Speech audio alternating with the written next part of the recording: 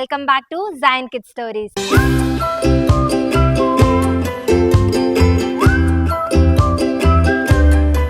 ఈ రోజు మనం దానియా అనే ఓ అమ్మాయి జీవితంలో నిజంగా జరిగిన ఒక సంఘటన గురించి తెలుసుకుందాం. Okay, let's start. దానియా అనే అమ్మాయి మిడిల్ ఈస్ట్ లో పుట్టింది. ఈ దానియా ఒక క్రిస్టియన్ ఫ్యామిలీకి చెందిన వ్యక్తి.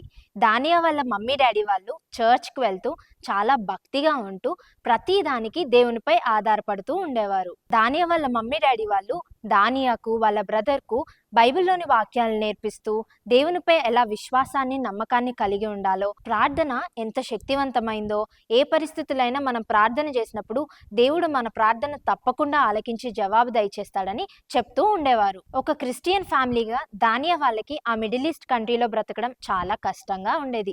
ఎందుకంటే అక్కడున్న వారిలో యేసయ్యను దేవుడిగా నమ్మని వారే ఎక్కువ మంది ఉన్నారు. దానియా వాళ్ళు చాలా భయంకరమైన పేదరికంలో బ్రతికారు.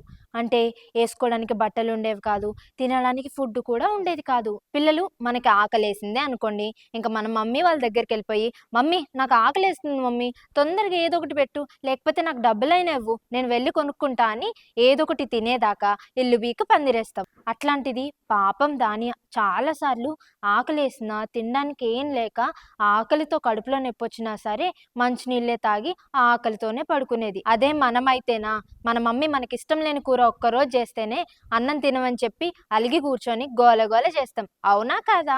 మీరు ఎంతమంది అలా చేస్తారా? కానీ దానియా విషయంలో తన దగ్గరున్న ప్రతి ఒక్కటి కూడా వేరే వాళ్ళు ఇచ్చినవే. తనకంటూ ఏవీ లేవు. తనకున్న బొమ్మలు కానీ, ఆఖరికి వేసుకునే బట్టలు కూడా ఎవరో వేసుకొని పాతపడ్డాక దానియాకిస్తే తను వేసుకునేది. దానియా ఎప్పుడు ఏదో కొరత తన జీవితంలో ఉన్నట్టు బాధపడేది. వాళ్ళ ఫ్రెండ్స్ లాగా, వాళ్ళ ఇంటి పక్కనున్న పిల్లల్లాగా తనకి కూడా కొత్త బట్టలు, కొత్త బొమ్మలు ఉంటే బాగుండు అని అనుకునేది. ఇంకా ఒక రోజు దానియాకి చాలా బాధగా అనిపించి వాళ్ళ మమ్మీ దగ్గరికి వెళ్ళి, మమ్మీ ఇప్పటిదాకా నా దగ్గర ఉన్నవేవి నాది కాదు, అన్నీ వేరే వాళ్ళు ఇచ్చినవే. నాకంటూ సొంతంగా ఇది నాది, నేనే కొనుక్కున్నా అని చెప్పుకునేది ఒక్కటైనా ఉంటే బాగుండు అని చెప్పి బాధపడింది పిల్లలు. దానికి దానియా వాళ్ళ మమ్మీ, దానియా నాకు తెలుసు, నాకు మీ డాడీకి నీకు కావలసినవి కొనివ్వాలి అని అనిపించినా మాకు కొనేంత డబ్బు స్తోమత లేదు. కానీ నీకేం కావాలన్నా దేవుణ్ణి అడిగినప్పుడు, ప్రార్థన చేసినప్పుడు అది నీకు నిజంగా అవసరం ఉంటే దేవుడు నీకు తప్పకుండా ఇస్తాడు అని దానియాని ప్రేయర్ చేయమని ప్రోత్సహించింది. సో ఇంకా అప్పటి నుండి దానియా రోజు తను పడుకునే ముందు, యేసయ్యా నాకు కావాల్సిన అన్ని మీరే నాకు దయచేయండి, అలాగే మేము రోజు పాటలు న్యూస్ వినడానికి మాకు మంచి రేడియో కావాలి యేసయ్యా, కానీ అది కొనుక్కోవడానికి మా దగ్గర డబ్బులు లేవు, అది కూడా మీరే ఇవ్వండి అని రోజు ప్రార్థన చేయడం మొదలుపెట్టింది. అలా తను రోజు ప్రార్థన చేస్తూనే ఉంది. ఒక ఆదివారం దానియా వాళ్ళ సండే స్కూల్కి వెళ్ళింది. ఆలోపు కొంతమంది అంకుల్ వాళ్ళు పెద్ద పెద్ద బాక్సులు చర్చ్లోకి మోసుకుంటూ వచ్చారు. వాళ్ళ సండే స్కూల్ టీచర్ ఇలా చెప్పింది, పిల్లలు కొంతమంది అంకుల్ వాళ్ళు పెద్ద పెద్ద బాక్సులు చర్చ్లోకి మోసుకొని రావడం చూసారు కదా, అందులో ఏమున్నాయో తెలుసా? చాలా గిఫ్ట్ బాక్సులు ఉన్నాయి. ప్రతి గిఫ్ట్ బాక్స్ లో కూడా కొత్త కొత్తవి, అందరికి డిఫరెంట్ గిఫ్ట్స్ పెట్టి ఉన్నాయన్నమాట. సో ఈ రోజు మీరు అందరు కూడా ఒక్కొక్క గిఫ్ట్ బాక్స్ తీసుకోబోతున్నారనమాట. ఆర్ యూ హ్యాపీ అని సండే స్కూల్ టీచర్ అడిగితే సండే స్కూల్ పిల్లలందరూ ఎస్ అక్క, వీఆర్ సో హ్యాపీ అని గట్టి గట్టిగా అరుచుకుంటూ చెప్పారు. వెంటనే Sunday school teacher okay okay మేము పేర్లు పిలుస్తాము, ఒకరి తర్వాత ఒకరు వచ్చి తీసుకోండి అని చెప్పి అలా ఒకరి తర్వాత ఒకరి పేర్లు పిలవడం మొదలుపెట్టింది. ప్రతి ఒక్కరికి కూడా బ్యూటిఫుల్ గా ర్యాప్ చేయబడిన ఆ గిఫ్ట్ బాక్సెస్ ని ఇస్తున్నారు. దానియా తన పేరు ఎప్పుడు పిలుస్తారా అని వెయిట్ చేస్తుంది. చివరిగా వాళ్ళ సండే స్కూల్ టీచర్ దానియా అని తన పేరు పిలిచింది. ఇంకా దానియా హార్ట్ ఆనందంతో స్పీడ్ గా కొట్టుకోవడం మొదలుపెట్టింది. ఎందుకో తెలుసా పిల్లలు, దానియా తన జీవితంలో తీసుకునే ఫస్ట్ గిఫ్ట్ అదే. అప్పటిదాకా తన జీవితంలో గిఫ్ట్ అంటే తెలీదు, ఎప్పుడూ ఎవరు తనకి ఇవ్వలేదు. అందుకే చాలా ఎక్సైట్మెంట్ తో ఆ గిఫ్ట్ బాక్స్ ని తీసుకుంది. ఇంకా దానియా సంతోషానికి హద్దులు లేవు.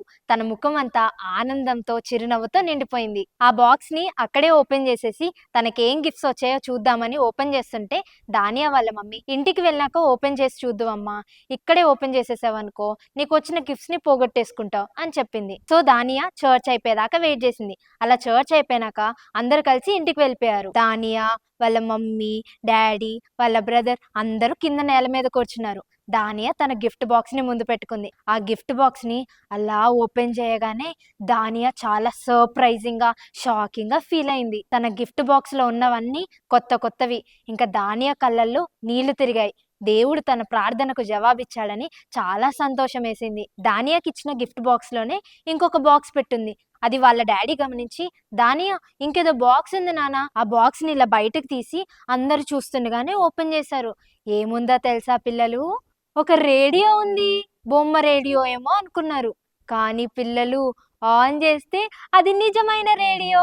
ఆ రోజు దానియా వాళ్ళ మమ్మీ డాడీ వాళ్ళు దేవుని ప్రేమను అనుభవించగలిగారు. దేవుడు ఎంత గొప్పవాడో, ప్రార్థన చేయడం ద్వారా ఎన్నో గొప్ప కార్యాలు చేస్తాడని గ్రహించగలిగారు. చూసారా పిల్లలు, ఆ చర్చ్‌లో వందల మందికి ఆ గిఫ్ట్ బాక్సులు ఇచ్చారు. కానీ అన్ని వందల గిఫ్ట్ బాక్సుల్లో రేడియో ఉన్న గిఫ్ట్ బాక్సే దానియాకి రావడం ఏంటి? చాలా ఆశ్చర్యం కదా! ఇది కేవలం దేవుని కార్యం అండ్ దానియా చేసిన ప్రార్థనకు ఫలితం మాత్రమే. పిల్లలు మీరు కూడా చాలా సార్లు దానియాలాగా నాకు కూడా వాళ్ళలాగా మంచి బట్టలు, కొత్త బొమ్మలు, మంచి సైకిల్, మంచి బ్యాగ్ ఇలా అన్నీ నాకు కూడా ఉంటే బాగుండు అని బాధపడే ఉంటారు కదా!